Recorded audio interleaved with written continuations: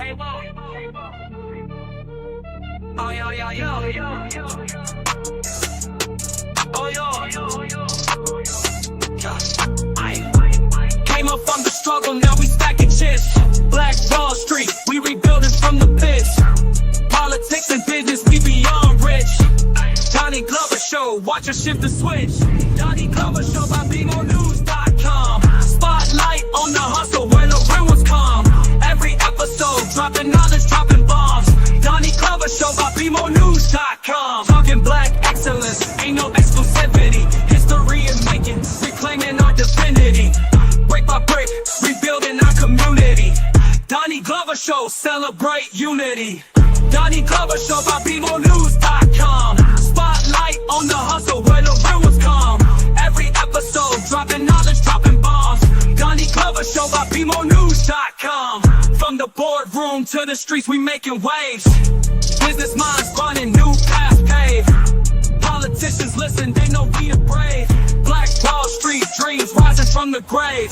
Donnie Glover Show by BMOnews.com. Spotlight on the hustle where the we have some stars in the building. Donnie Glover Show by BMOnews.com. Oh yo, oh yo, oh yo.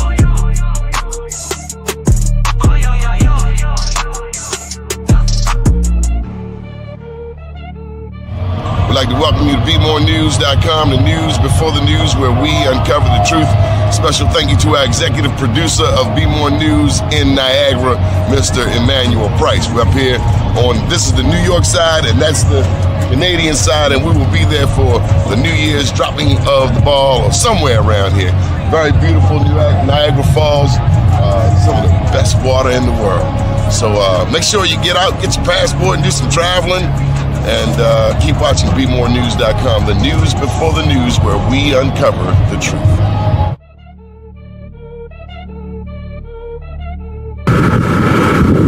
Welcome to BeMoreNews.com, the news before the news, where we uncover the truth. Here on the Atlantic, Mississippi, with our very dear friend Corey Mathis. A beautiful town, New Orleans. Keep watching BeMoreNews.com. We're going to give you an update. 10 years since Katrina. The news before the news, where we uncover the truth. Wall Street, we rebuilding from the pits. Politics and business, we beyond rich. First name's Donnie, last name's Glover. In it to win it for the long haul, baby. Being from Baltimore, east side, west side, you probably have picked up a basketball. Whether you were good or not so good, you probably have love for the game. If you grew up in Baltimore, the same Baltimore I grew up in, you had to have watched the game. I can only tell you that I've learned so much about the history of basketball in Baltimore. The best thing I can do is show you. I can show you better than I can tell you. How was that for an introduction, Mr. Timmy Greene? I love it. Hit it on the head. And then we have Mr. JoJo Parker. How you doing, Mr. JoJo? Well, I'm doing pretty good. I have an old friend come past today, and I've been trying to get him to come past it. Many years he's been trying to get me to come to one Baltimore. So we both are today. And I really want to share a lot of things with him as well as you. But he's my man. He's my man. His brother held me to 40 points once. No, that was something else. That was something else. But I'm doing fine, man. Got a few problems. Oh, you know, I gotta go teeth. But anyway, everything is good. Everything is good, man. Yeah. So happy to have come to the program, and I will be there next year, God willing. Yeah, we love it. We're gonna make sure that you get there. Yes.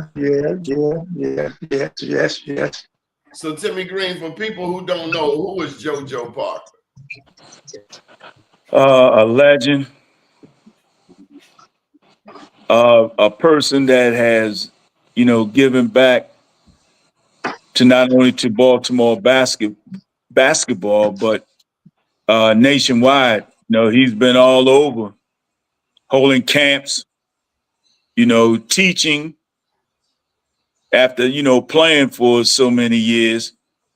And I would love for you to meet me over at the museum. He has a museum, Donnie. It took me 3 hours to get from the ground floor all the way up to the roof today. And it's a who's who, a what's what, and you will be amazed with the amount of people that he has touched and those who have touched him. And you got to get over there, man. You're gonna be truly amazed, bruh. And he's been like that well over 60 years, of giving back. Started, downtown with the Bullets, being around the Bullets, and then going up to Boston with Red Auerbach. And I'm just truly glad that I have been able to know and to be a friend, not only of myself, but my family. And that has meant a lot to me. That's something. Somebody pointed out at the one Baltimore cookout that y'all gave the 3 plus everybody else, Donnie Joy, Jimmy Conyers. They said that these guys used to almost hate each other. So to see them out here in the spirit of oneness blew some people's minds. Yeah, well, the hate developed from competitiveness. Yeah, you didn't want to lose. Like I'm gonna kill you type hate. No, kill far as beating you. Yes. To a point that it's no doubt and no question as to who are the better team. And of course, you had personal problems with people that wanted to take it upon themselves to destroy you. And they were.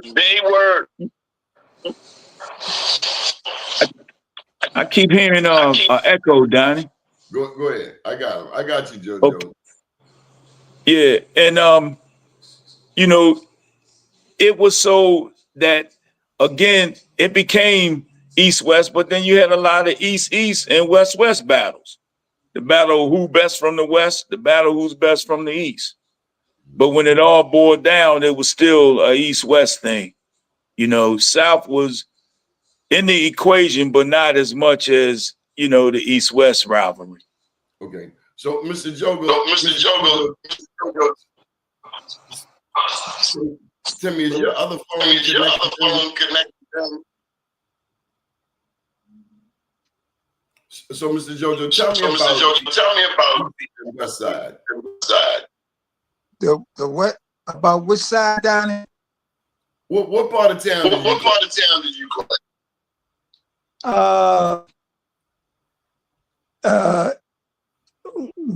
My dad came up from North Carolina to get a job with Sparrows Point, and we moved to Turner Station, and I was 5, 6, 7, 8, 9, and then all of a sudden, Donnie, they built a brand new shopping center across the tracks from our projects, and I was small enough to know right then something was going to happen, and about 2 months later, we all had to move. They tore down the military barracks, and we moved from Turner Station to Cherry Hill. So there's a rumor going around that I went to Carver because I couldn't make Dunbar's team. That's another story for another time. But anyway, that's why I gave him 40. But anyway, he came back, and so I chose to go to Carver because all the Cherry Hill guys were there, and that Southern had just started taking in black kids, I think. They had a dude named Popcorn, Rody Broggs, right, Timmy? Yes, sir. Yes, sir. Rody Broggs, he was bad. He was bad. So, but I decided to go to Carver because all my boys went there. And did Carver for 2 or 3 years, wanted to be a mechanic. And the East-West rivalry I was in the middle of it because they said the West Side guys were afraid of the East Side guys ball playing wise. And then after 8 months in Cherry Hill, bam, we moved to East Baltimore. But I was enrolled in Carver and caught a bus every day. So that's how I remember that East Side, West Side thing. But what I like about One Baltimore is that Timmy and the guys includes everybody. There were guys who I hadn't seen, Billy Jones and the whole, a bunch of guys. But that was my lifeline, and I never thought about college time. I never thought about college. I was going to be an auto mechanic and live happily ever after. But my senior year, I got about 25 offers. You shouldn't ask me questions that. I got about 25 offers, Syracuse. And I said, now what am I going to do with these boys? So I went to the library, had the librarian help me construct a letter asking, if I could get a scholarship. And so I got a letter from Montana State, and I know they thought I wasn't black.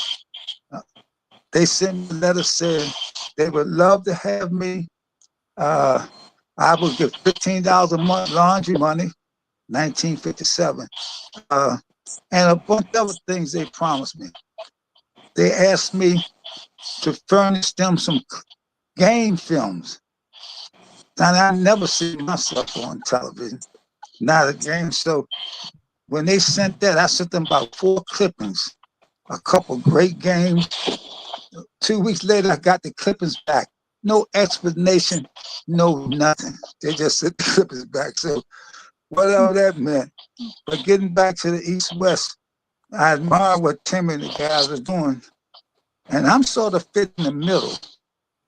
And I was really surprised how I was greeted at the One Baltimore thing. I know a lot of Dunbar kids and a lot of other kids. But anyway, I don't know if it answered the question, but that's a brief synopsis of how I got caught up in this thing. Who did you look up to growing up? Looked up to a guy named Charlie Breitford. His son Chet, Timmy, went to Lafayette. Yeah, I know Charlie. Chet. I know Chet. Yeah, Charlie was about 3 years older than me. And it was Charlie Breitford.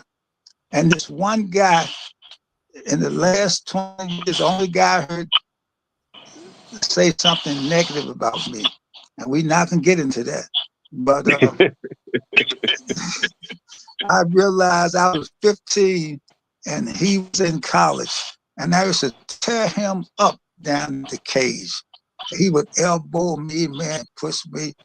And I would act like I was mad, but I couldn't fight. Didn't want to fight. Name. Libo, they call him. McQuaid. He's inducted into the Hall of Fame in Detroit. And somebody asked him, how did you happen if you had a great team, they invite the whole team? You understand? And put him in the Hall of Fame. Phil Chenier called me. Phil Chenier was out there. Asked me, did I know him? I said, yeah, I sort of know him. And then another old timer was up there and asked him if he asked the old timer asked Libo, did he know me? And Libo said, yeah. The time I said, well, he came to Virginia State after I left. I was on my way to freshman of the year. I played 5 games, went home for Christmas. Sorry, nada. I didn't go back. But anyway, that's the only thing I got, And Timmy said, and I started to frown for him today, but I was so happy to see him. I didn't even frown. Timmy said he never seen me frown. I ain't Tim, never seen you frown. I got some pictures to send you. 2 of my boys came up from Virginia, and we went over to the Unsell school. And I wish I was still in shape to go over there every day. But his wife had all the kids come down. There was a guy that out of Sterling, Virginia, one of my boys. He drove up, and we took him in the gym for a little while. But I normally do that about once a week, pre-COVID. I did that. But she has a great school. That's another story. She has a great school. And I forgot the question, Donnie. Tell me about Dr. Warren Hayden. I met Warren Heyman through my Dunbar connection. I hope he sees this, I raised Bob Wade. I raised him. And there was a guy, Timmy, named Joker. He was older than me. Joker used to take us around. You know him? I know him. You know Joker. I know him. Joker used to take us around to different basketball courts. I was 15 or 16, and so I started doing that. And once I left Virginia State, got me a car, started working for 75 cents an hour. But anyway, so I would take Bob Wade around, and we went to Towson one time, and we, just a basketball court, and we went to Towson, and Joker let us out the car, and we went. I didn't know anybody. A guy named Jimmy Hall. I got a picture of Jimmy Hall. I've had it since he was in high school. And the guy shooting the hook shot from the corner was Billy Jones. And I maintained a friendship with them, all these years. So that's why I would take kids around until, Muggsy, the list goes on. I'm going to tell this story to Donnie. A guy named Dan Brothers sold $100 alligator shoes, and I would take busting them down there, Gus. West was like, and so eventually I started taking Muggs and Reggie Williams, Herman Reed, and he would let them work for 2 hours Saturday morning, give them $50, and I would bring them back home. So although I dealt with Dunbar a lot, but I knew the kids from Walbrook, Gus Harrington, all those kids. So Timmy, that's why I wanted my lady with me, man. You can't let me run on. Donnie want to hear the history. Huh? Donnie wants to hear the history. Then Donnie, then we used to go out Dan Brothers' house, and this guy who wrote a terrific article about Bob Wade in Maryland, he wrote for the Baltimore Business Journal, and we used to go out to his house. He would have cookouts, and he told me when we were coming out there, all the kids would say, "The Glow Child's coming out there." The Glow Child's coming out, and they would feed us. If you see Reggie, Muggsy would go about 3 or 4 guys, But that was my strong point. My strong point really, Donnie, was the 22 years I spent as a substitute teacher. The 22 years I spent. So all those kids are now grown and live in this area. That's why I got to keep my blinds closed, which means I'm not home or I'm busy or and they respect that. They didn't at first. They respect that, and but those kids, I see them not every day, but I see them a lot, and they have my background. Could you imagine living in a neighborhood with no children? Who? I don't have any children. No, I'm saying, could you imagine? Oh no, I couldn't imagine that. Two guys had a program across the street. It was a mentoring program in Booker Lee's old building. And they came and asked me if I would come over. And I told them I would love to, but I had 2 old raggedy cars and 32 windows on my house. And if a kid gets upset with you, back in the old days, by me being 6'2", I would walk up to him, oh, that's Mr. JoJo, man. That's Mr. JoJo. And here's a part, we may have to bleep this out. When I was at Southern, if there was a fight in the cafeteria, 2 kids, I would pick the smallest one and pick them up over my head, you know what I mean? And break it up. And the kids would say, boy, Mr. Parker bad. Mr. Parker picked them up. Boy. Go ahead, Johnny. Meanwhile, I regress, man. I regress. These are wonderful memories. Yeah, they were good. They were good. And I was showing Timmy today, there always one kid I met when he was 11 years old at South Carolina's camp. And he graduated from high school, made all state, and went to William and Mary. You have to be able to read and write to get in there. He went there, and but before he got there, when he graduated high school, his mother asked him, what did he want as a gift? He said, I want to go to Baltimore to see Coach JoJo. They came, stopped in D.C. Then the next day, she brought him over here. I called Sam up. Sam came up, you know, to entertain him, and who else? A couple. I think Dietrich, the guy who just passed away at Mervo, maybe a year ago. Yeah. So they were, you know, they came running right away, man. One story about Muggsy, he's gonna retire. I had a convertible, and we used to put Muggsy in that middle seat in the back. He didn't like that. We called it the Punky-Doo seat. Muggs didn't like that, boy. We put Muggs right in the middle. But he calls me on my birthday. Well, Renard calls me, and then Renard puts on Muggs and puts on, you know, a whole bunch of people. When's but your anyway, birthday? When's your birthday?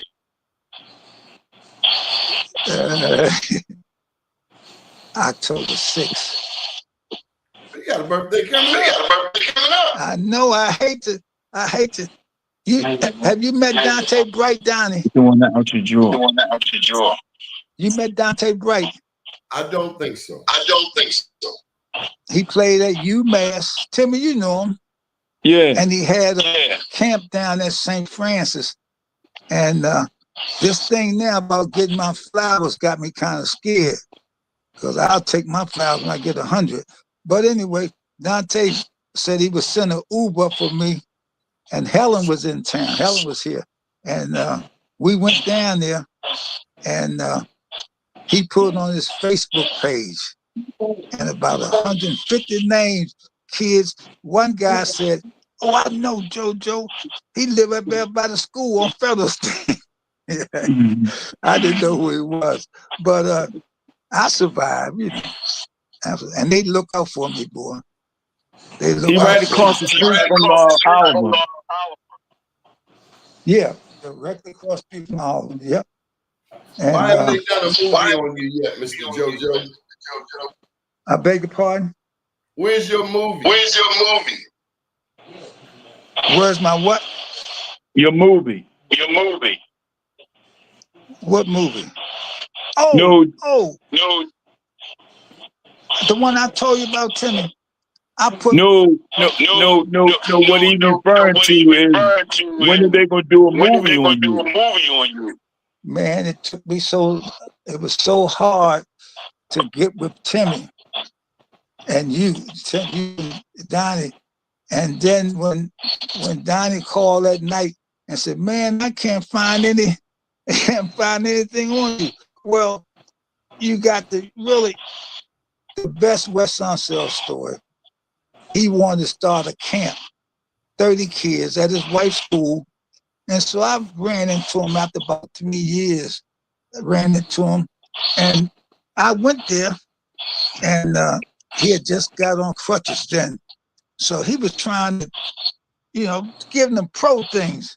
I said, "Wes, may I help us for a second?" He said, "Yeah." So I went out there, showed him some games, skills and stuff. And 15 minutes later, he got up and left out the gym. I said, "Yo, where you going, man? You leave me." So anyway, he went out. The next day, he came in the gym and I said, "Kids, who you think was a better ball player? Mr. West or Coach JoJo?" "Oh, you, Coach JoJo, you, Coach." So West said, "I should hit you there with this crutch." So the next day I told the kids, I said, "Mr. West was one of the top 50 ball players of all time." I said, "Coach JoJo, I said, Coach JoJo didn't do too well as far as, but he was a saint, man. He was a saint, Loved the kids loved him. What's that got to do with movie about your life? Movie about your life.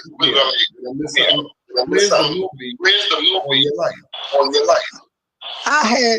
I never shared.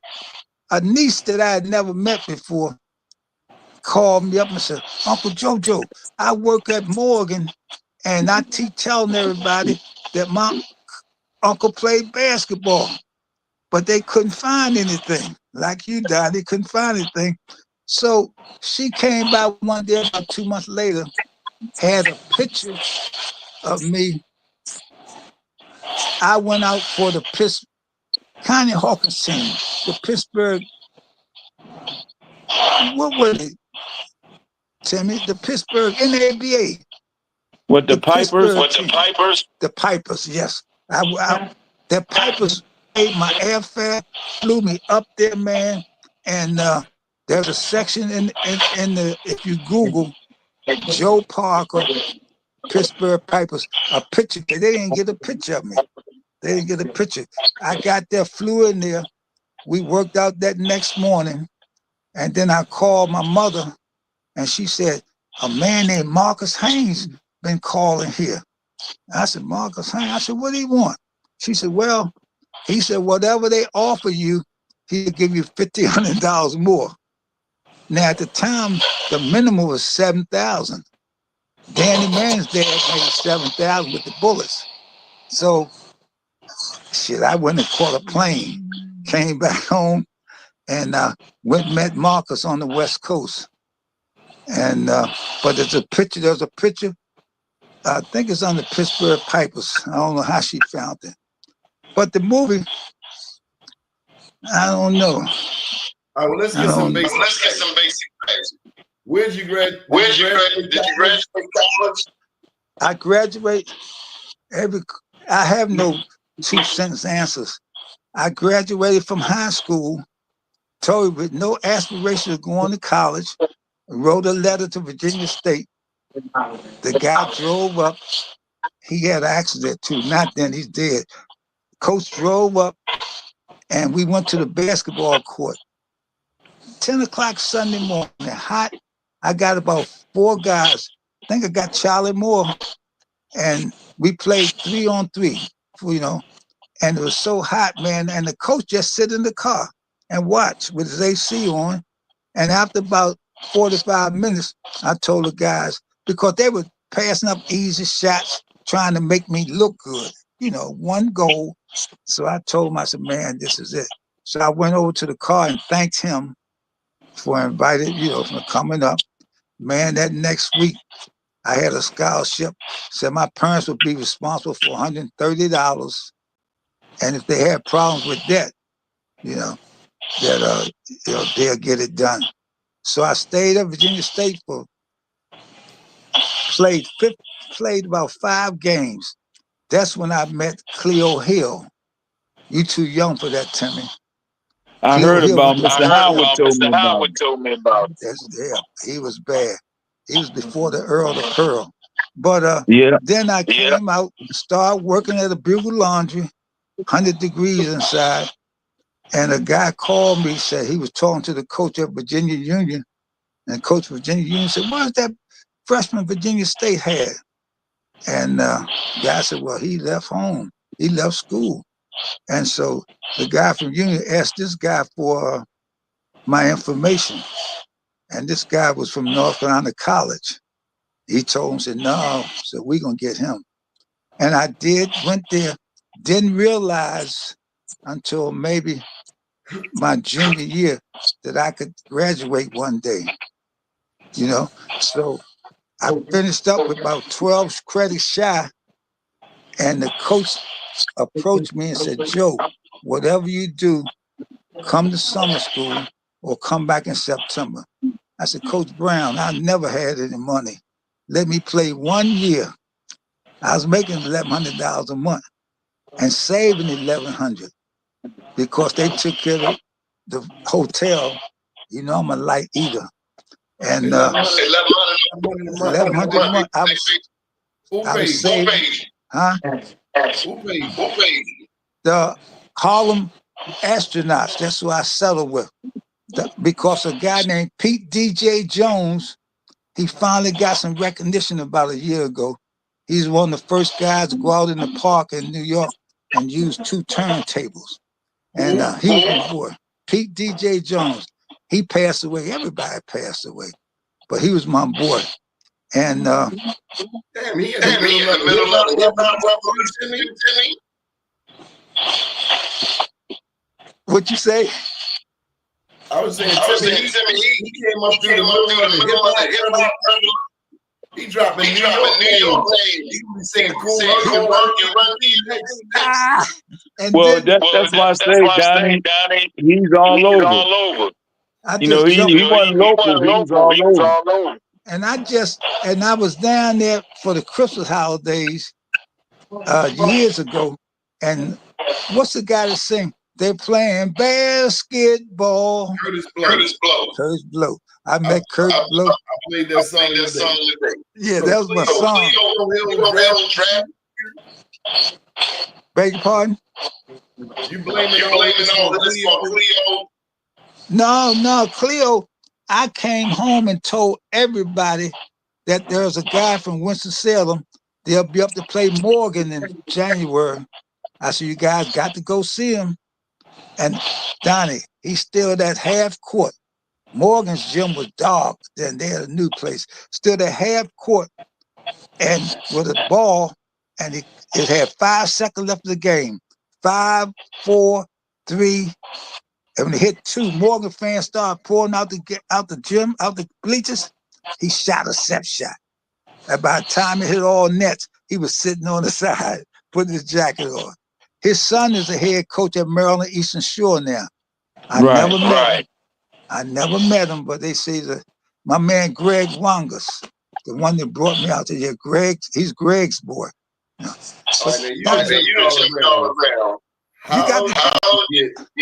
You got to hold me now. You got to. I got you. Okay. How did you go from Virginia Union? Virginia State. From Virginia State.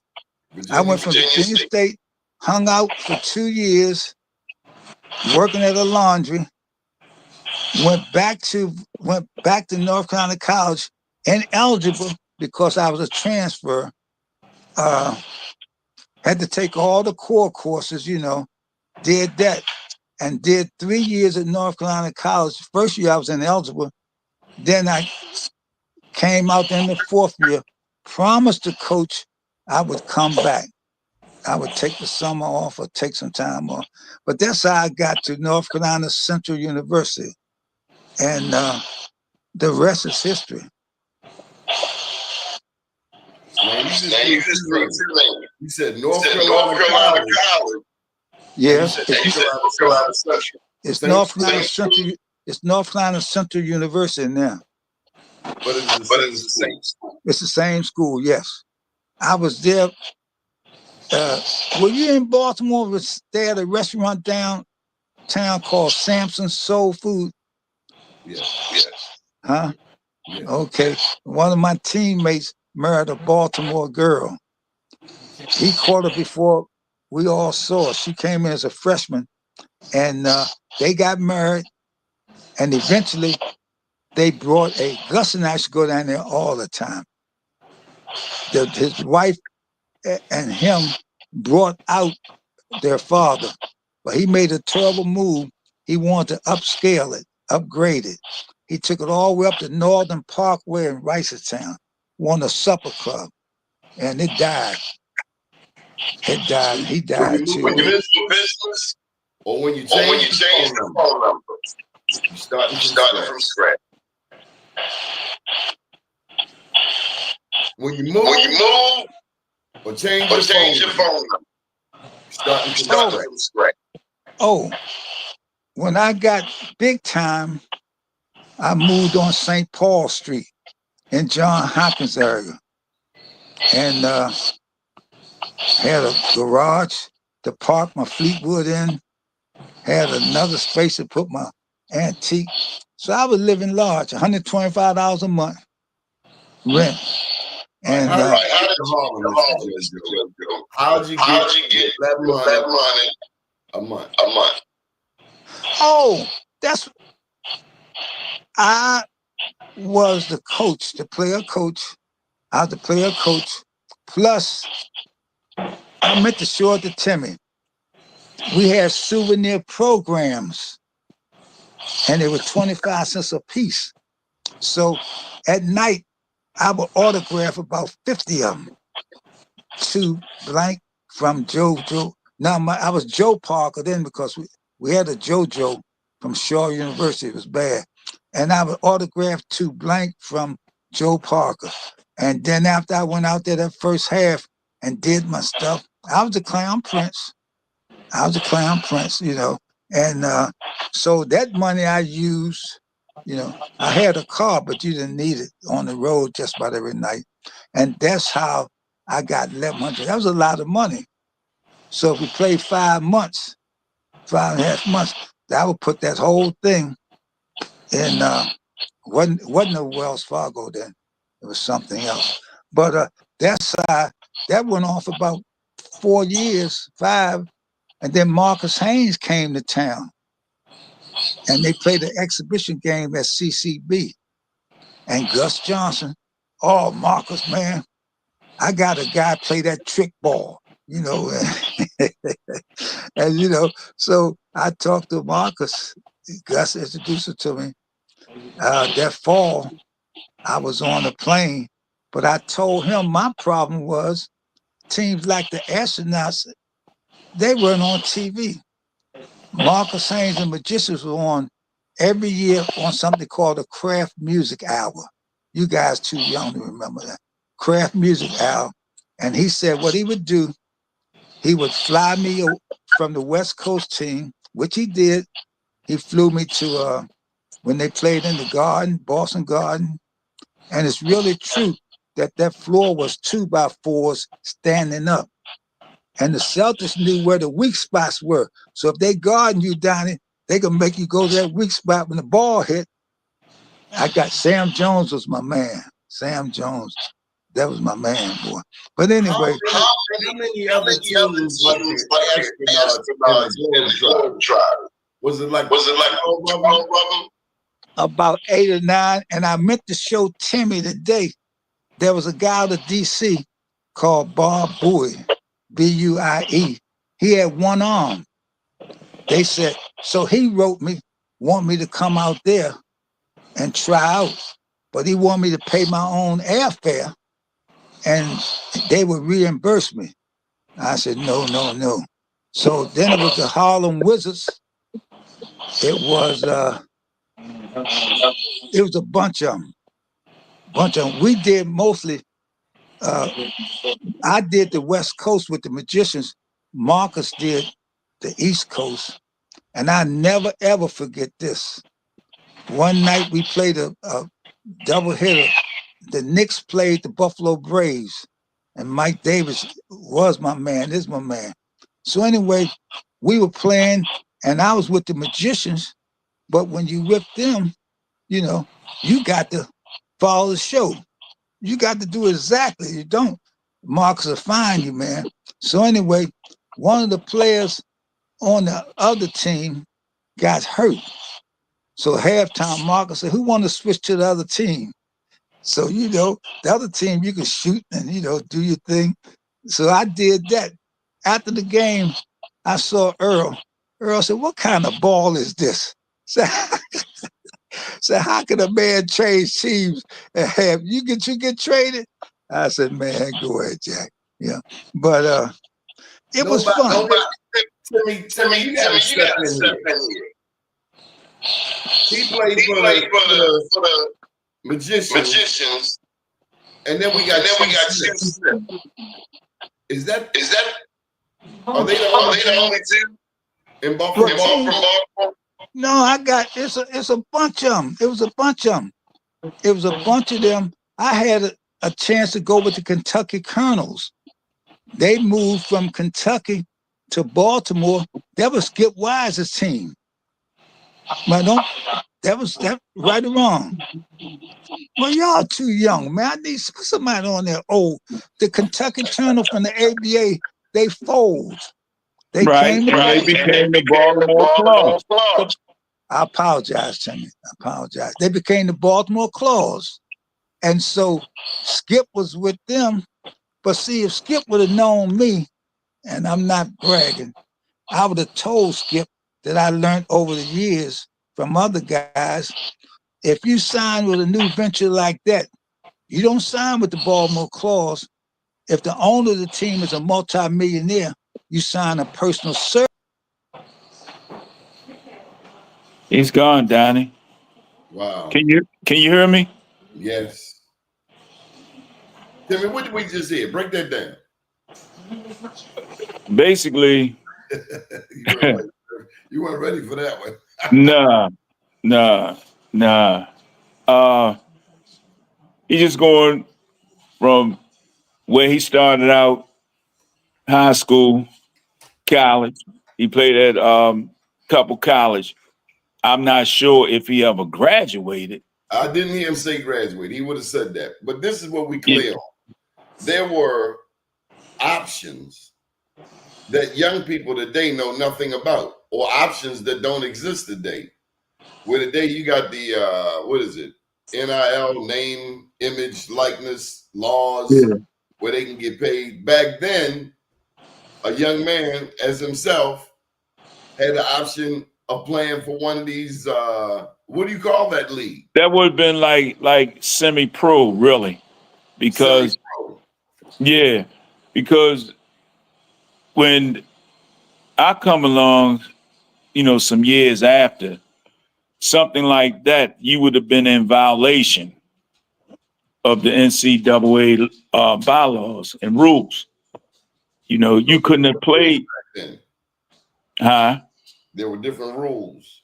No, I mean, the rules still the same. They may have, modified a few things, but you couldn't play college ball.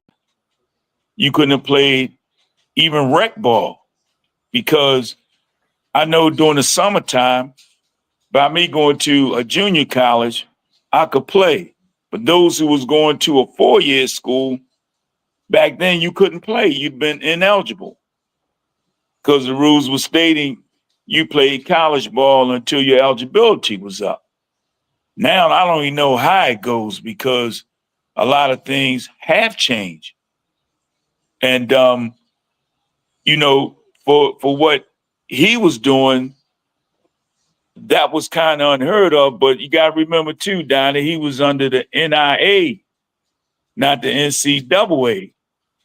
And some rules may have been the same for both, divisions, but NIA, it might have been a little different. Like NIA, CIAA, they all, they all the same, but NCAA, if you don't abide by them rules, you're going to be ineligible.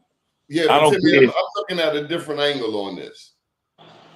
Back in the day, we all know about the Negro Leagues for baseball. Yes. What I'm getting to is that these Harlem Wizards, now I heard of the Harlem Renaissance before, the Harlem Wrens. I've learned today that you had the Harlem Wizards. He mentioned he played for the Magicians. He mentioned the Buffalo Braves. This is what I'm getting to. This is Black Wall Street, man. Where, and I'm just presuming we got to get him back on to get more information. But during the Negro Leagues, we created our own opportunities, and we did it so well that mainstream America started buying our players, started copying our style. Sunday out at the ballpark was a festive occasion. You're eating, you're seeing people, it's a social affair. You're cheering on the favorite team. It was Black culture. And it was about money, because I know with the Negro Leagues, you had to have some kind of money to be an owner, like Rube Foster. And a similar thing was obviously going on with basketball. So that's what I picked up on, how there were opportunities beyond mainstream, how we seem to be a little smarter back then.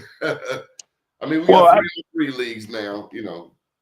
I mean, some of the things that was mentioned, I was unaware of, you know, because I knew. Somebody was counting the money. Huh? Somebody was counting the money. Yeah, but I'm not sure that they were all Black run. You know what I mean? I imagine. I understand. It's Yeah, money. Once money yeah. involved, it's like dope, just like any other business. It's money. And even if it was, like you said, it was going to be taken. It was going to be taken.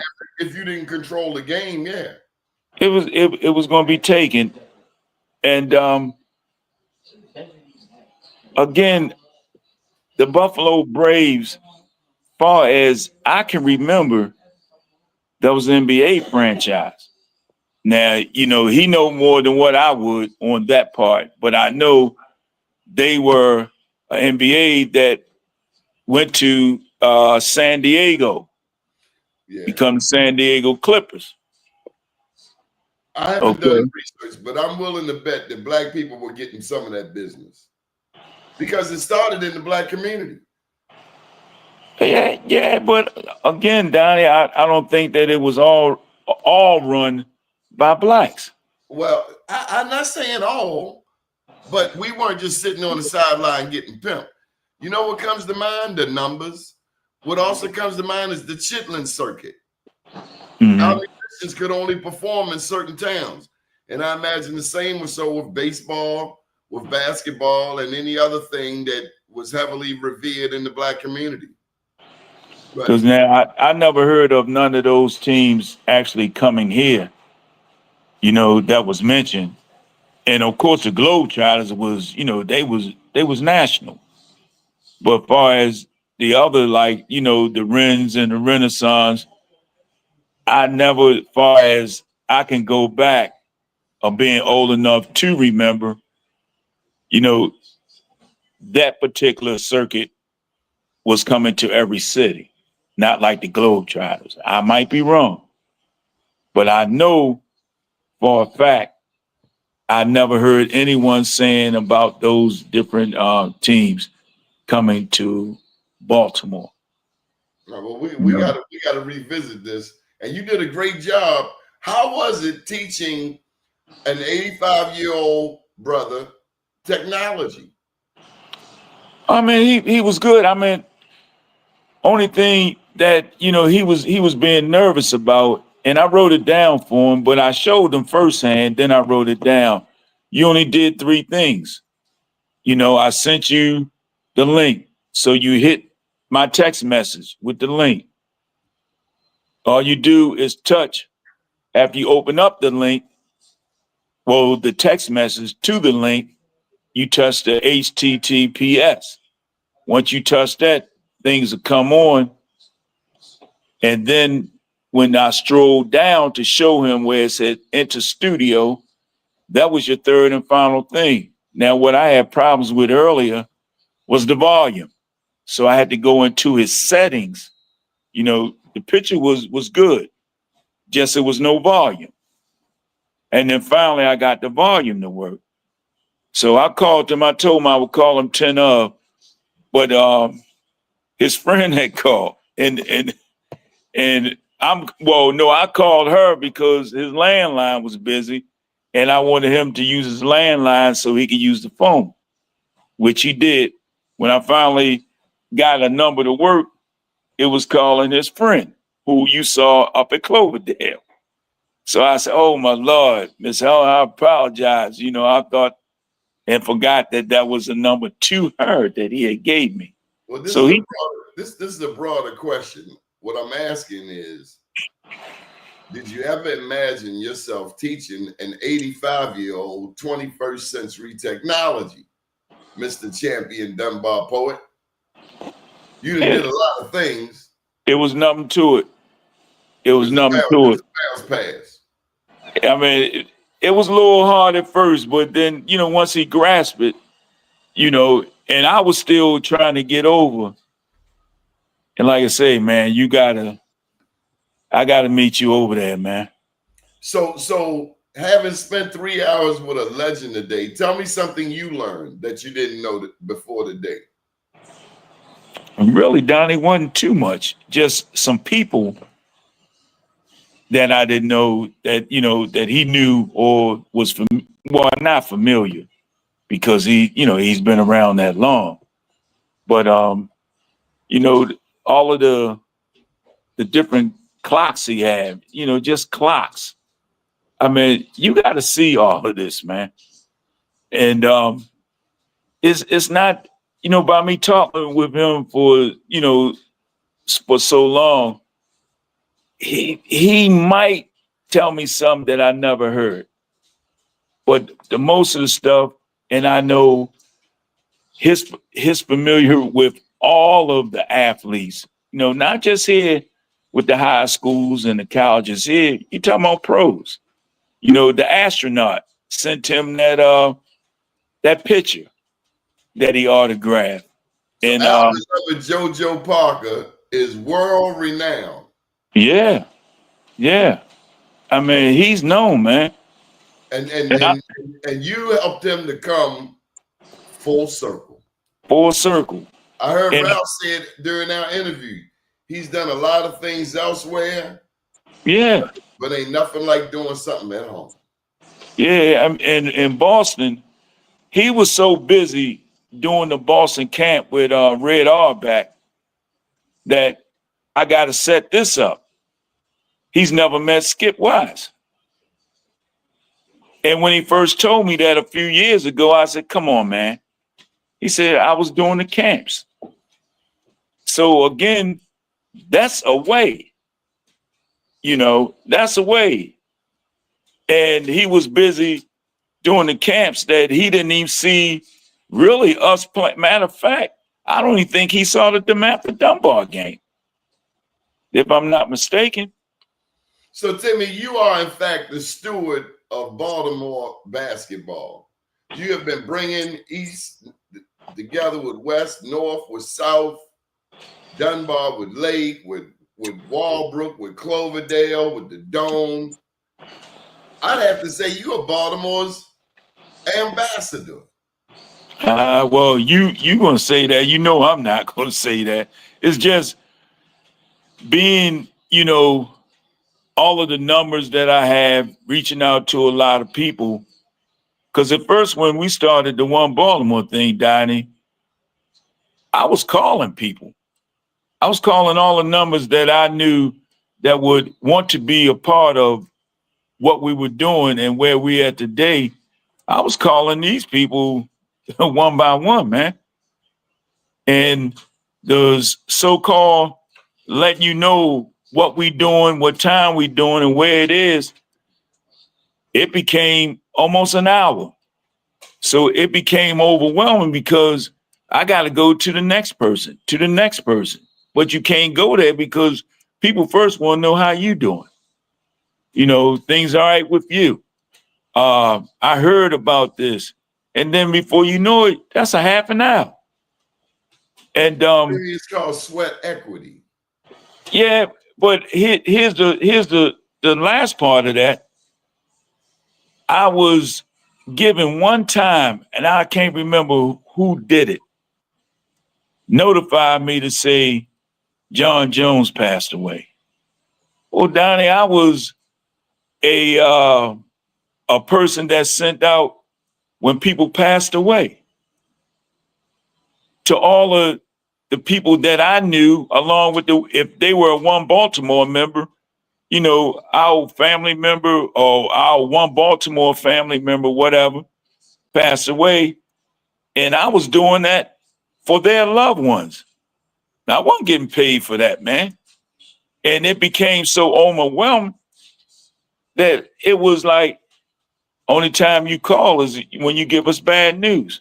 Well, Donnie, if you text me or call me and said John Jones passed away, why keep that information for me when I know, you know, Mr. Parker know this person, or you know, Mr. Joy know this person, or whomever. That's not So my, I got so as the son of an undertaker, I had a friend from the old neighborhood, uh-huh. and I had to tell him, don't be calling me with no damn death notices. Yeah. Well, see, that was different for me, and I Because guess got every time I'd hear from him, guess who died? No, we're not doing that. yeah. Well, again, that was put in on my plate I'll up put it on. until this will be 3 years coming up that I took it off the plate. Let I the said dead it, bury the dead. I love you, and I see you on the other side, but we gonna live this life. And yeah, it's because you can't please everybody. not at all. Bill You know, Cosby said the key. He said, "I don't know the key to success, but the key to failure is trying to please everybody." yeah. Well, They call it people pleasing. well. Once again, you know, I'm not going to say, you know, that it was a burden. You know, it was only a burden when I made it a burden. But people was glad that it was done because it allowed those who wouldn't have known, like myself, I wouldn't have known. And the only reason why I knew because they knew that I would send that information out. Other than that, I, But there's also a positive side to this, and the positive side is how One Baltimore is celebrating 20 years this year, right now. yeah, it was 20 years this year. 20 years. And Thank you you for know, caring, brother, and thank you for allowing me to be a witness. oh well, we just starting, you know. We just starting. I'm a big fan of Gert Scott, man. Huge fan. Yeah, G Scott, yeah, I'm yeah, a yeah. huge fan. Uh-huh. Yeah, that's my Like girl, man. Arnie, she like that Arnie who like no nonsense, come there straight, boom, boom, boom, boom. And Donnie could play. No She could play. question. Did you ever So see her? I never saw her play, but I can tell you this: small world. Tori was my dad and her auntie were real close, Okay. and Lawrence, that was her brother. But I knew them as family. Didn't really know Mm. her with basketball. Tori Yeah. Harrison. And Right.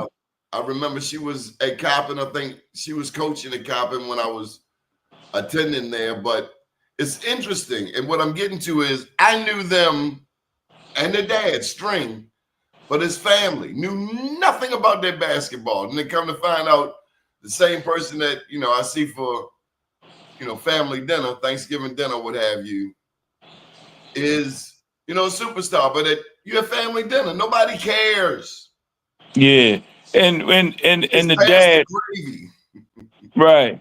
And the dad, he refereed a lot of, my games, Strength, you know. Mr. Yeah. Strength. I had no idea. Yeah. And see, Larry was younger than me, so I never played against him.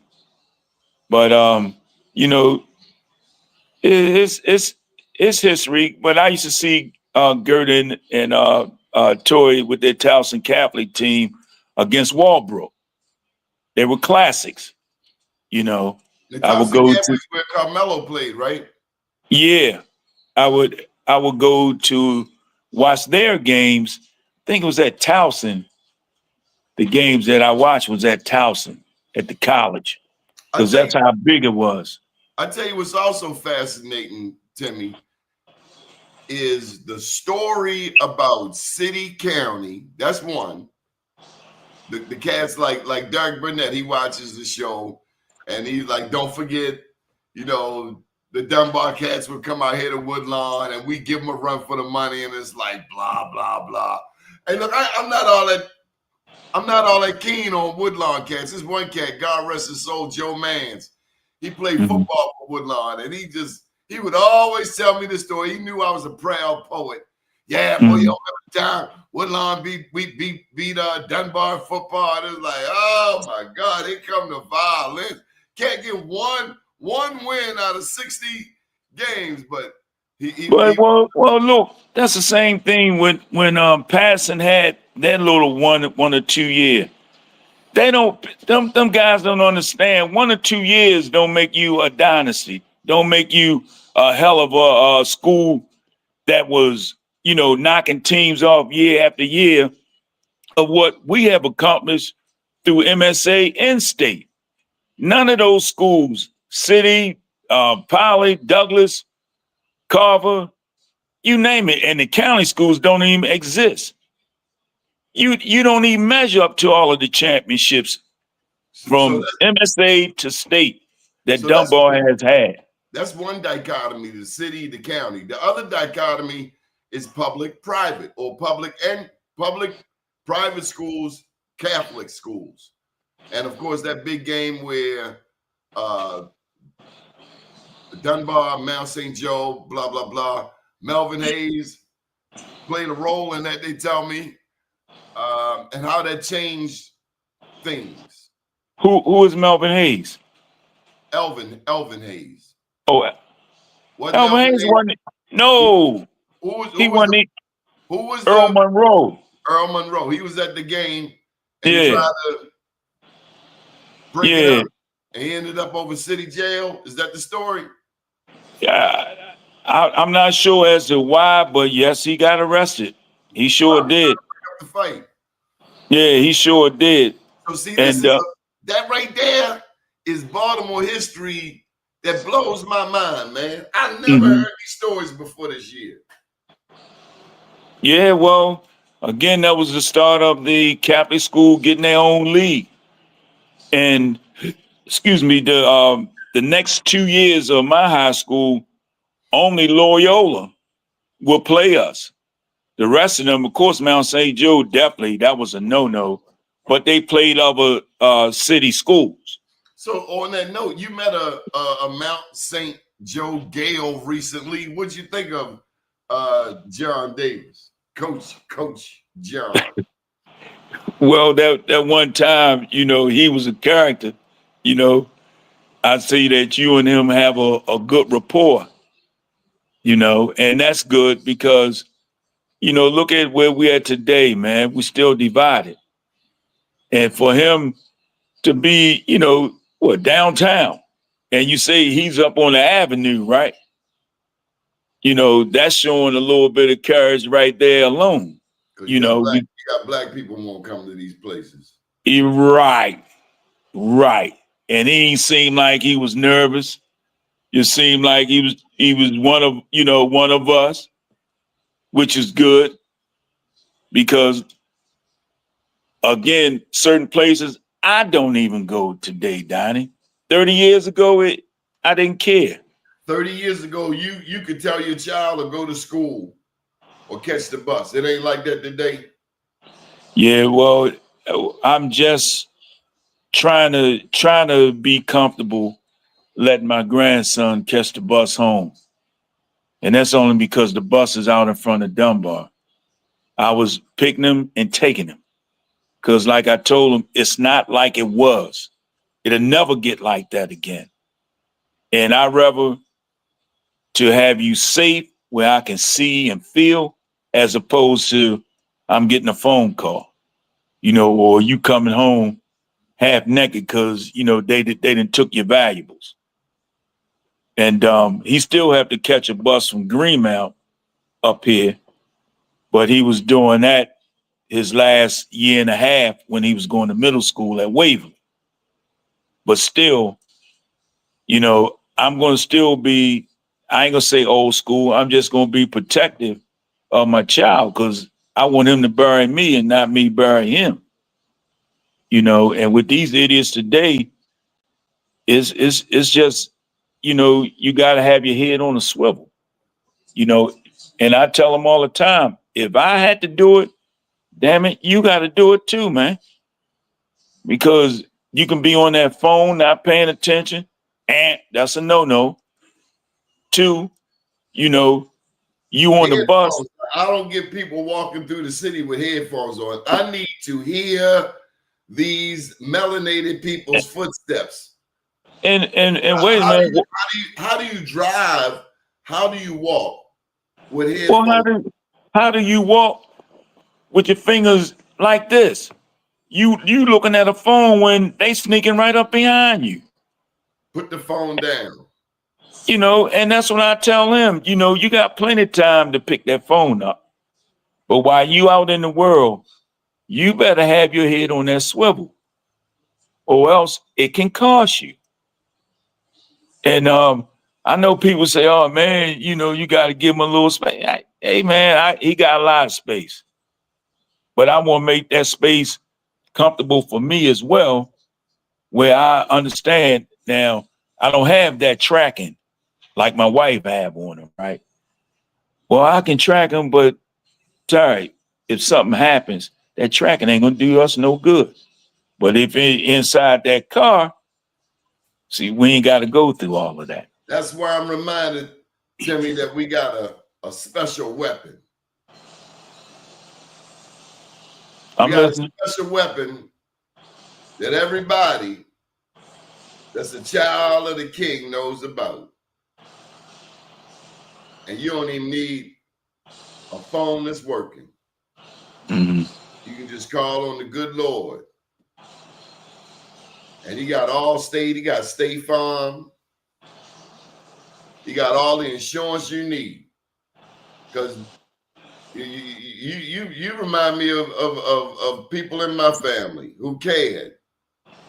But I'm reminded of Grandma. Grandma said, I'm going to pray for all of y'all. I said, you going to pray for all us, Grandma?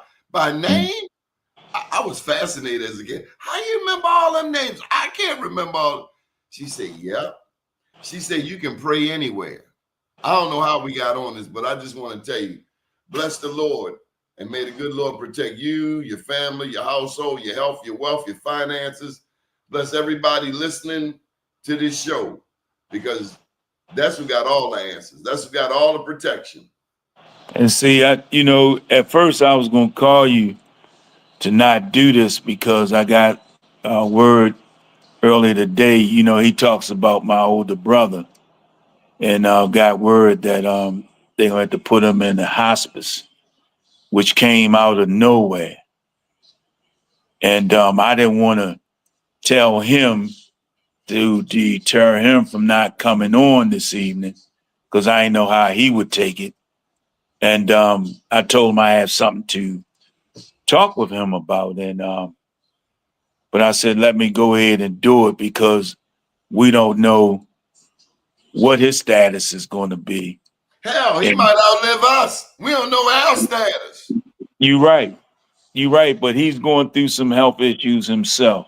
He was just telling me. That man, 85 years old, looked great. Dr. Warren Heyman, 93 years old, running the Labor Day cookout.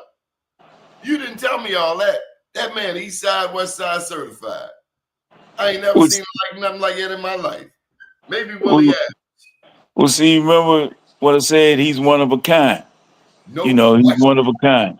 Dr. And Warren Hayman. Put some respect on it. yeah, yeah. Please don't get his granddaughter started. Oh my God, she's a little bully. She looked like she could play a little bit. I saw her out there working out. She seemed to be his bodyguard. She wanted to make sure I got the public relations information, the who, what, when, where, and why correct. And I know Right. her mama, so it's like, oh Lord, don't get them started. Yeah, yeah. Great show, Timmy. But again, man, appreciate you, and you know, whatever I can be of service of getting whom and when, just let me know ahead of time so I can get these guys, because a lot of guys' numbers I don't have, but the rest of them I do have. And Derek only like Jones said he wants Skip Wise on here. That's what Derek Jones said. I said, well, yeah, you tell Timmy. I'm like, yeah, that's who you want. You tell him. yeah, well, I tell you, Donnie, it took me a minute to get him on Coach Butch McAdams' show. Oh, that's what I told Derek Jones. I'm like, that man ain't Skip Wise's handler. He's his own Yeah, handler. That's why I yeah, never asked you. And he was like, you should ask him. And I swore him down. And we went back and forth for 15 minutes. I said, I'm not asking him that. So I just dry yeah. Well, what I'm gonna do, I have to talk with him anyway, because one of our teachers from down Dunbar, like I said, Mr. Strebe, he sent me a letter to either hand, you know, given to him, or he has a stamp on it. So I need his address anyway. Now I got to set up a meeting with him and JoJo. He's never met him, and vice versa. Well, And then now, whoever you want, keep bringing who you have been bringing, because I know that you are divinely led, and you're going to bring who we need to talk to. I mean, like you reminded me to be over there. I wouldn't have learned what I learned about Dr. Warren Hayman. And that man grew up with my daddy. I had no idea. I had no idea. That man is well vested. He should be the mayor. The unofficial mayor of Baltimore, Dr. Warren Hayman. Yeah. Well, like I said, I'll work on those three, and I'll let you know. Again, let me know when you want to meet me over at his house, because Tell me where it is, and I'll be there.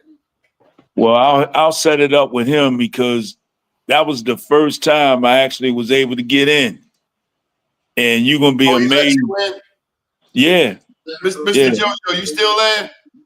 Yeah. Now he dry snitching on you. Now he says you ain't want to let him in. What's going on? He's my man. First, he said he didn't see but one picture of him up there. He called his boys. They saw one picture of him.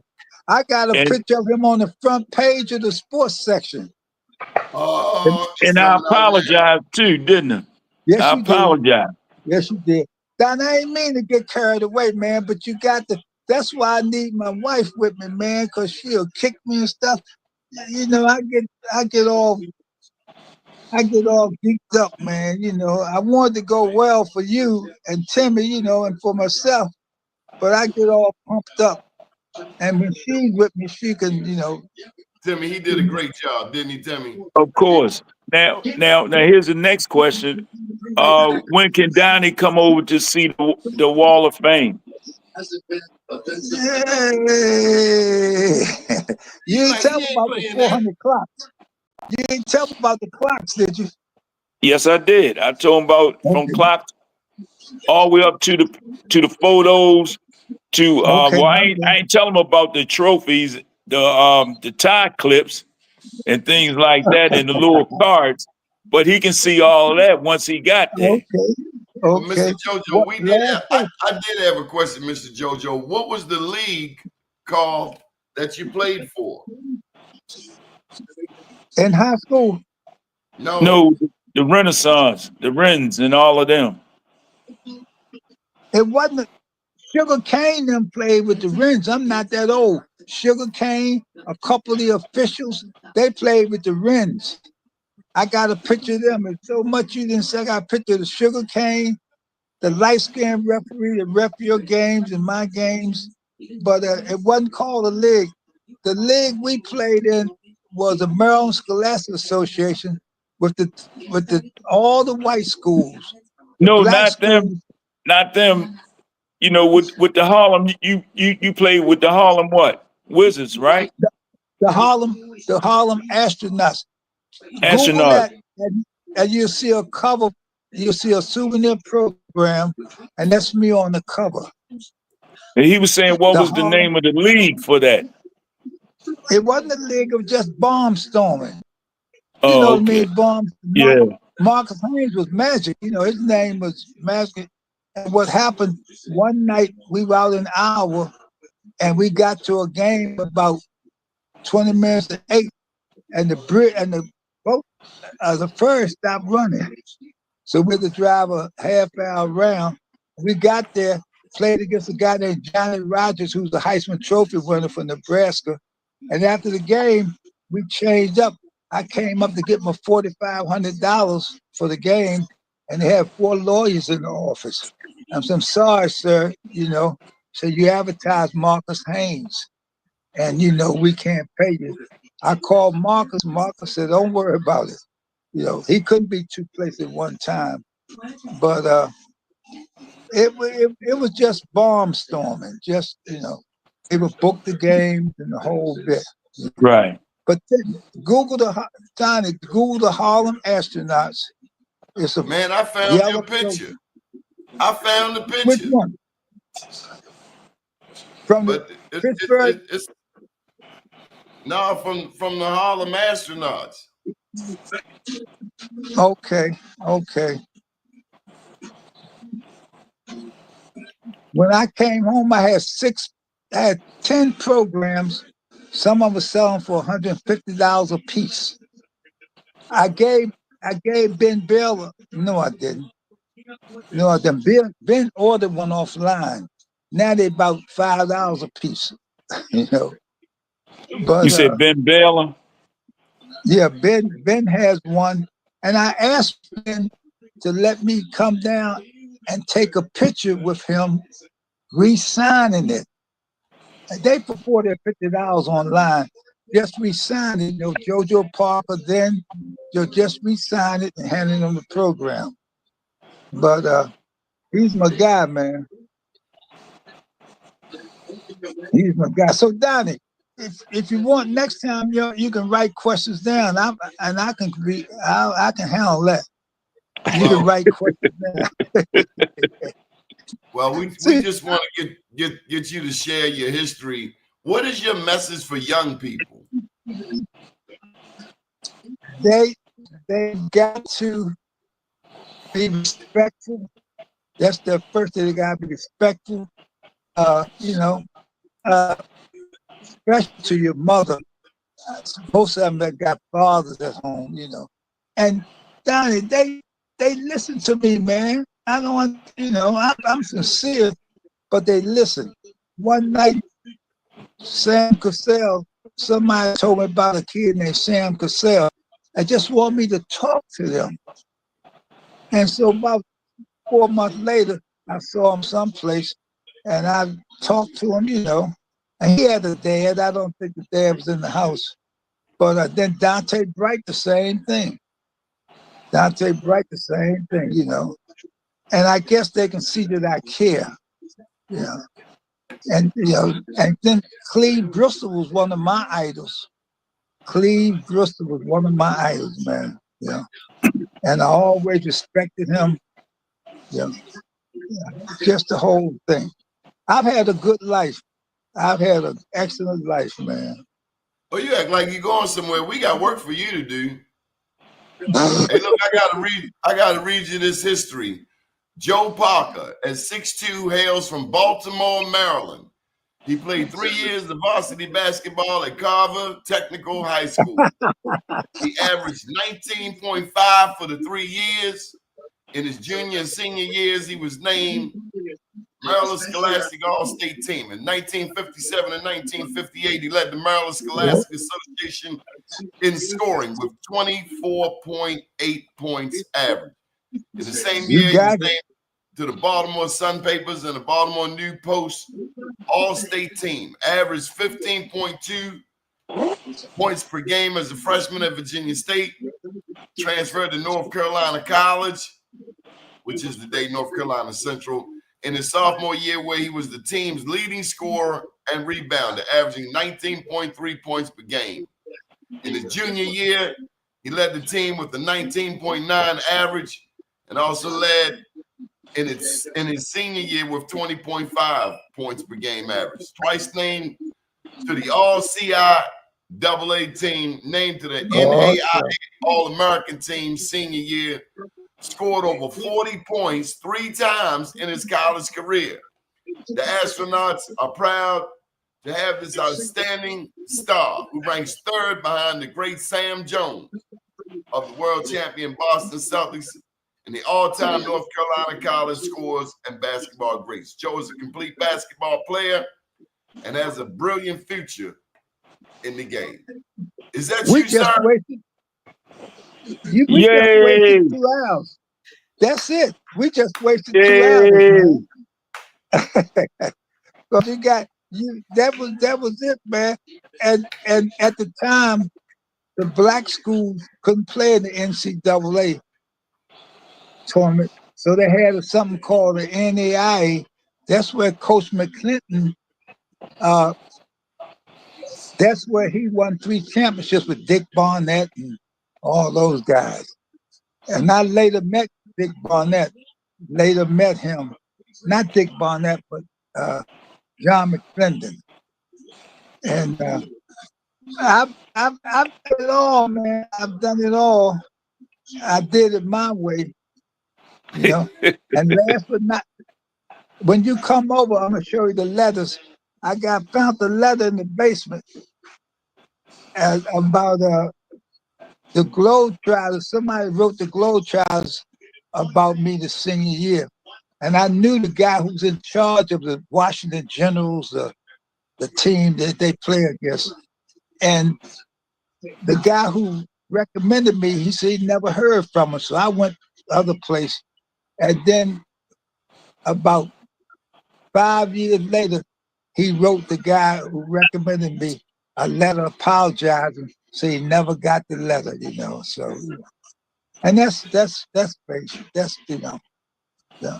But again, I wouldn't trade, man. I wouldn't trade for anything in the world. You know.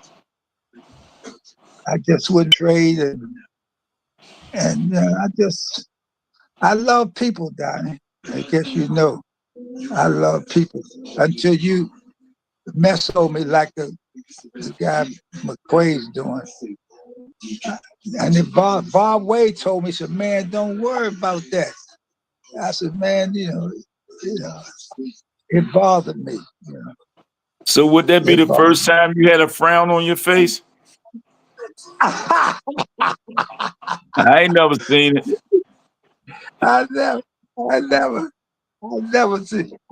I meant to show Jimmy Hall the clipping when we played Morgan, and every time Charlie Moore and them would come to play Morgan, they try so hard to look good, to play well. And when I came up my senior year, I said, hey, I'm gonna let it go, boy. 2 of my girlfriends were there, my mother was there, and like I said, I dropped 40 on them.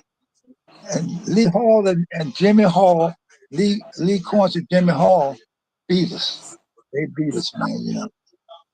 But it's been good, man. It's been good. Now, if you need anything else. Look, you went to Carver over there on Pressman Street? The first class, I'm going to learn how to answer a question with yes or no. But that was the first year they opened the building up. And I was the first class. Back then, I think it was 9th, 10th, 11th, and 12th, or was it 10, 11, and 12th? I forgot what it was. But I was the first one. And the second year, they let us in the MSA. Dunbar, Carver, and Douglas. Well, I need you to tell me something now. Slow down. Okay, all right. By the time you went to Carver, my understanding is they just started letting black people Go to that part of West Baltimore. No, when I went to Carver, that was all black over there, Easterwood Park. But they let the second year, my second year, they let the three schools into the MSA.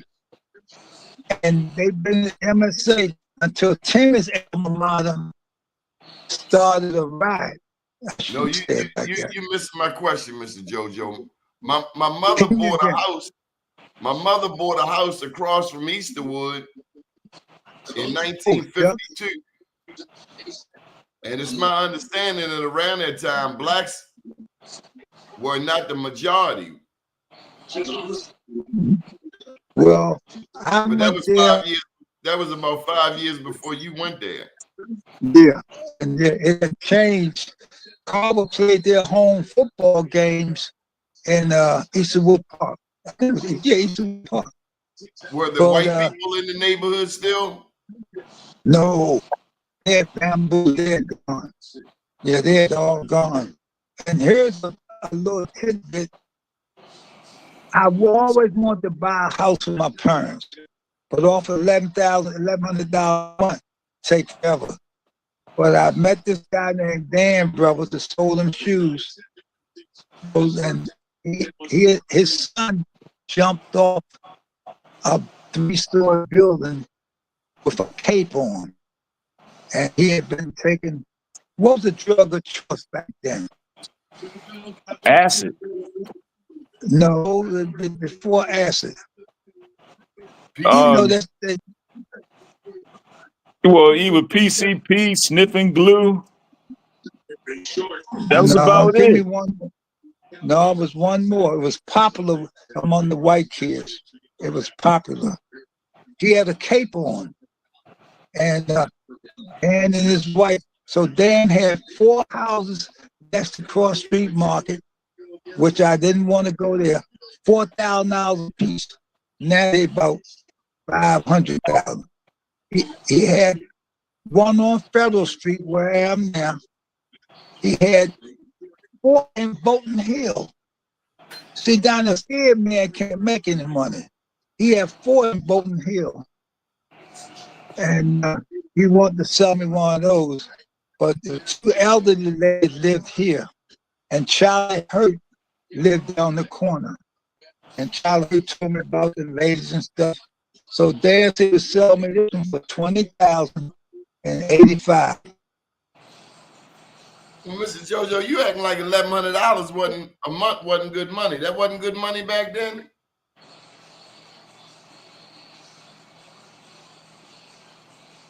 Black people get quiet when you talk about money. Joe. I think he gone. Okay. Well, we're going to pick up on this. I want to hear about that $1,100. That's a lot of money, I thought. Yeah, back in the 70s. Taking it all. That was back in the 70s. He had 2 girlfriends, so he was probably tapped. Yeah, that was back in the 70s, though, man. Oh, here you go back in. He won't give up. You gotta love this guy, Mr. JoJo. Yes. Was $1,100 good money back then? Because that sounded like good money. You was banking it all. I was banking it all. You know, on the road, you don't have any expenses. You know, I don't eat that much. You know, and I just, the side hustle with those programs. That was the side hustle, man. At first, you know, I felt kind of funny, but I had passed my prime. And then, Donnie, I went to camp with the Bullets. And here's the story. You got to find somebody who goes back to, there's a guy named Bill from Cloverdale. I played in the greatest game ever at Cloverdale. I had just got home from college. I was fresh. And somebody said, man, y'all played against Gus Johnson, Cy Hugo Green, you know, and another pro. And I said, man, we didn't care. We had a guy named Bernard Wilson. The hill was packed. They bet thousands and thousands of dollars on the games, man. Game started. The ball was tapped to me. And I passed to Bernard Wilson. He did a drop step on Gus and almost dunked it. I knew Gus was good. The game ended with 5 minutes ago because it was raining. Gus had 48. And the Bullets coach was there. So they asked him, who did he like out there? He said, well, said, I was Joe then. I don't think I was Joe. He said, Joe Parker looked good, So Bussy Morton convinced me to go down to the Civic Center that Monday morning and talk to him. I put my shirt and towel on, Donnie. Went out, didn't have a car then, I don't think, and was going to catch a bus. They had a newspaper stand. I put a nickel in it, and the headline said, Flick Leonard fired as coach for the Bullets. I had some friends at the Sun papers, and they sent me the story. He made an anti-Semitic remark at dinner. That's all it took. They let him go. And it was who who liked you, man, and your attitude and stuff, the whole thing. Will Baltimore ever get another basketball team, another Baltimore Bullets? Not. You got any kids? If you got I'm trying to see if you got any kids that's 5 or 6 years old, because it'll be a long time. Kids. It'll be a long time. I was with them all the time. They had 2 of the baddest players in the world, Earl and Gus, and they were drawing 3,000 people, 4,000 people. That wouldn't get it. So let me tell you, the Orioles. There was a time I used to like the Orioles till they did Reggie Jackson wrong, and I ain't liked them ever since. But what about Frank Robinson? They did him wrong. But he came. Come on. No, Frank was before Reggie Jackson. I didn't live through that. I lived through watching Reggie Jackson. Yeah, well, I lived through Frank Robinson because the Orioles was poop before Frank got here. They sure were. And he never got the credit that he deserved. And they do all of the black athletes like that, man. They've always been like that. Yeah. So when people ask me from other time, do I like the Orioles? I remember the Reggie Jackson situation. How you not gonna pay Reggie Jackson? Yeah. They ain't want to pay him. He went to New York, hit 3 home runs in 1 game. And the rest is history. Got daggone right. Mr. October. You remember Charlie Scott? No, sir. You remember Charlie Scott? The first black player went to North Carolina. That was in the 60s, Donnie. With Charlie Scott. What was that, about 65, something like that? Just about that. Yeah, just about that. Yeah. And he was messing with those light-skinned girls. I can't talk about it. Yeah, I know you can't. I can't. But my old lady, she's in Virginia, but she's out. But they met them light. So Dean Smith made him get married. So I'm up in Detroit with the Persuaders, and the first night we had a show 4 nights. The second night, only flies showed up, just flies. So they canceled us. Charlie Scott came by the hotel. I called him, and his lawyer, he put me on to his lawyer. His lawyer said he would handle it for me. And I called back to New York to the boss. He said, man, don't worry about it. He said, y'all pack up and come on back. So anyway, but Charlie Scott came in there, and then 20 minutes later, Reggie Jackson came in the room. I had never met Reggie. And then they called Lucius Allen. It was one more, man. They all talked about their divorces.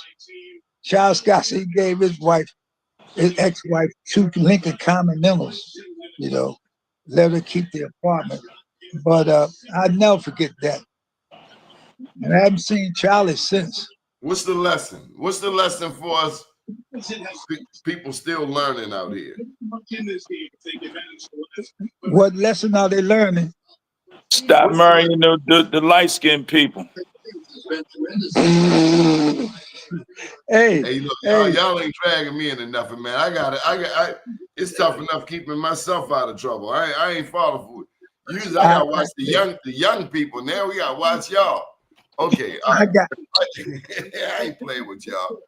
Mr. JoJo, we got to get up out of here. We got to bring you back next time. Timmy, how we gonna do this again? You just let me know. Just Donnie, let me know. Won't you write some questions down so I can stay on track? My old lady be here. She'll be in town. So I can be on track, man, because we will I do be that. on track. I'm in left field. So she asked me, she called me, said, how you doing? I said, well, Timmy been over backwards sideways trying to get me, but I just can't stay on topic. I just can't stay on topic. One last story. I think that's beautiful, and I don't hear nobody complaining. Yeah, her water line went up. Her water line went up $8,000 out there in the high rent district. So this was about 5 years ago. So what I did, I sent her a check for $1,000, you know, and the next, she got my statement back. I didn't see the check. 2 months, I didn't see the check. 3 months, I didn't see the check. So I ain't say nothing. I ain't say nothing, boy. So I called her finally. I said, baby, you get my check? She said, yeah, but I don't need it. So then about 2 years ago, we were at Walmart. They don't make that kind of women no more, brother. I don't know what you got. You might want to hold on to what you got. I got giving back no refunds, no change, no nothing.